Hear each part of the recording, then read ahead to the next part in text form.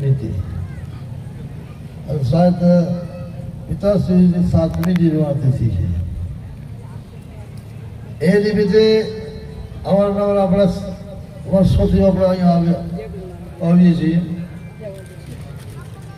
આ સારી રીતના ભજન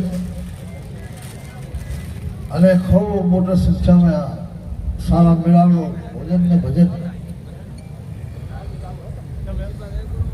અહીંયા ખૂબ સુંદર ઢંગથી વ્યવસ્થા થાય છે. અને સાથે સાથે અહીંયા શ્રાદ્ધ પક્ષ પણ ખરો. આ શ્રાદ્ધ પક્ષમાં તિથિ મનાવવામાં આવે છે. એમ જ પણ શ્રાદ્ધ પક્ષમાં માતા પિતાનો શ્રાદ્ધ નિમિત્તે કાર્ય કરવાથી પણ ફરજ મળે છે. એ પણ આપણો ધર્મ છે.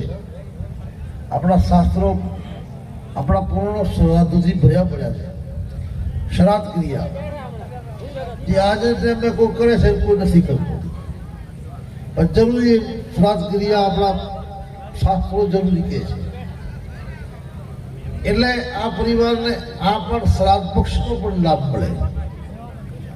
આ સાથે સાથે નિર્વાણ તિથિની ઉજવણી નિમિત્તે ભજન સત્સંગ ને ભોજન પણ આ થાય છે શ્રાદ્ધ પક્ષમાં. એટલે શ્રાદ્ધ પક્ષમાં જે કોઈ માતા પિતાના નિમિત્તે માણસ પુણ્ય કરે છે એના હજારો પેઢીઓના પૂર્વજો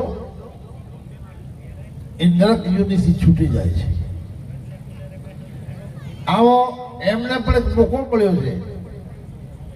આ સમયમાં એમની માતુશ્રી શ્રાદ્ધ પક્ષમાં શરીર છોડ્યો છે.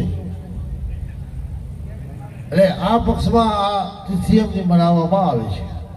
એટલે ખૂબ લાંબા ટાઈમથી કમસે કમ 34મી આ પુણ્યતિથિ છે. વરસાદનો ટાઈમ હોય, ચોમાસાનો સમય છે, ક્યારેક ક્યારેક વરસાદે ખૂબ પડતી હોય છે, પણ છતાંય આ લોકો પોતાનો પર્ણનો જે નેમ છે એને જાળવી રહ્યા છે. અને અહીંયા મોટી સંખ્યામાં વર્ષો માણસો આવે છે, 5,000 માણસો આવે છે. અને આ સમયમાં વ્યવસ્થા કરવી, માણસ ગભરાઈ જાય કે વરસાદનો સમય આપણે આટલા માણસોની વ્યવસ્થા કેમ કરવી. પણ ગુરુ મહારાજને પ્રસેલ આ લોકો હંમેશને માટે આ કાર્યને ઉજવે છે, કાર્ય સફળ થાય છે. એ એમને માતા પિતાનો આશીર્વાદ અને ગુરુ મહારાજ બાબા સદારામનો આશીર્વાદ. ગુરુનો આશીર્વાદ હોય તો પછી